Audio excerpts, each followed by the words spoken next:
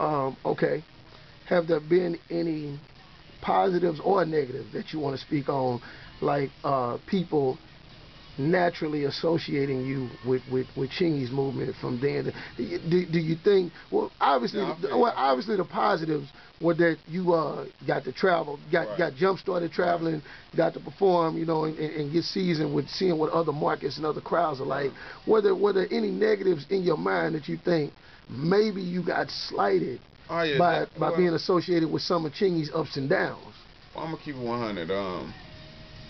Definitely, it's definitely been a catch-22 from the jump, because like I never really got full credit for the song because people automatically assume like, oh, he's with Chingy, so that's the reason why it's getting played. Right. When in all actuality, I've never been signed to Slot-A-Lot. I never, you know, I give much respect to Chingy. It was just a lot of hate. He gets a lot of hate, but I don't know dude. I didn't grow up with dude. I didn't know him. He heard my song and instantly was like, dog, you got something. Right. You know, he was like, come mess with me. You know what I'm saying?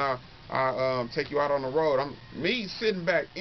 I guarantee you, any artist out there, and listen to this, any artist out there that does not like Chingy, you know, feel like he's not a good rapper, I guarantee you, any independent artist, if he grab you and say, I'm taking you on the road with you, what you gonna say? Right. You gonna say no?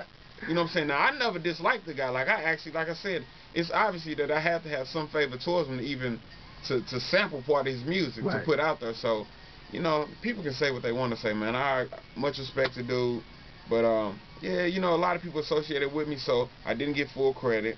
You know, people kind of feel like, I actually heard an intern from the radio station say, man, they was talking about you up at the station today. I said, what was they saying? You know what I'm saying? He was like, man, they was saying we don't really have to play MC music because we know he gonna be good.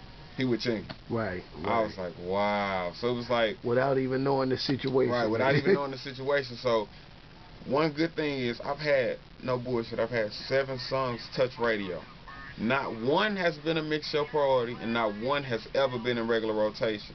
And I'm able to stay afloat some way. You know, like a lot of the artists that you know in St. Louis. DJs, I mean, the DJs like you. I'm gonna get to that too, because it's definitely something I want to cover about the DJs. I'm gonna jump forward to the DTP Madness contest real quick, and then we're gonna go back to this meet and greet that stays in the forefront of my mind. But for those of you who missed it, I want to say it was it 2008 the DTP Madness, or was that last year? That was 09. 09, okay. Yeah, that was 09. That was 09. MC shut it down in the DTP Madness contest. Did not make it to the finals, although a lot of people said that he should have been. It was crazy controversy over it, because the week that you didn't win, the crowd noise kind of said that you did win, and the judges kind of said that you did win. But it was, I mean, obviously no ill feelings toward anybody, but just in reflecting back on that, what's your thoughts from, and what did you learn or gain from that event? Reflecting back to it, I'm gonna tell you, any artist, sometimes you got to take the good with the bad. It's gonna be ups and downs, and that's what makes you strong, because sometimes when you think you got it in grasp, it just kind of slips away. I mean, and in that particular situation, you know, who won is my guy. Like, I have no ill feelings towards him at all.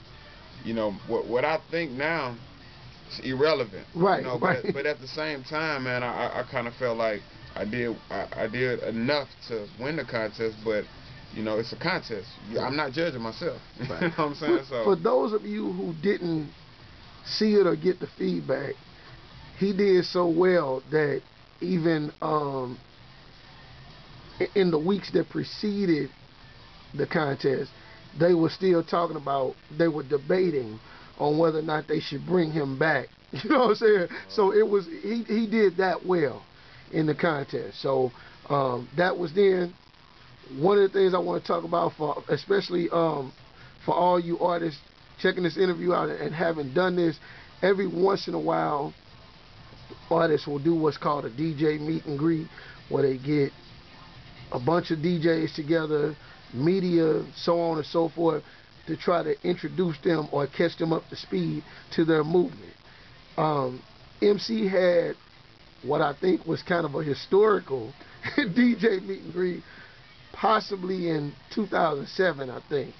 I'm guessing. I could be wrong about the year. Because that was the I'm Cool. Right. Yeah, we did that for I'm Cool. So yeah. But the reason I say it's historical, it wasn't just the turnout. He had a crazy turnout, but he asked a question that kind of caused a problem. Do you remember it? Because if you don't, I do. I asked so many questions and you have to pull me up the street. Well, it was one situation. We had DJs from all gatherings at this particular meet and greet, and he said, okay, I understand that y'all encourage artists to follow a certain procedure. Often DJs will tell people to get your music known in the streets, right, and then to the clubs, and then so on and so forth. So MC says, well, what if you passed all the tests? You know, if your music is known in the streets and it's in the club and you're getting DJ support, he said a lot of y'all tell people, I don't see you working, meaning that they don't see you in their spot. Right. Then if they see you in their spot, they say, well, you need to go work other spots. You need to be in other markets and this. So MC just happened to ask. He said, well, damn, I can only be in one place at one time. But if I'm working your spot and all these other markets, what does an artist have to do to ensure that their song is going to be played other than when they standing in your spot? Right. And I'll be damned if that was like the right and wrong question to ask, because he literally had DJs arguing with each other, different, but it was a great question. And I don't, 2010, I don't even know if we still got a solidified, concrete answer.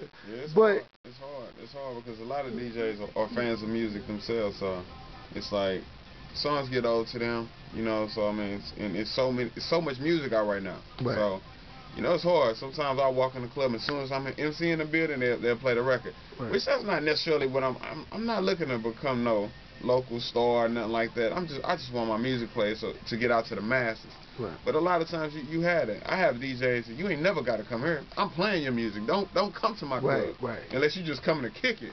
Right. But then there's other DJs that you just won't hear it unless you there. So I mean, I can't really comment on that. I mean, what can you say to that? I mean, real talk. Any artist out there, I know it's hard. I feel you, because I mean, what can you say to that? It's like you just can't constantly hit that one spot every week or every time that particular DJ is there. Right. So you gotta go and network and just do what you can, man. I mean, it's tough. So just keep pushing, man.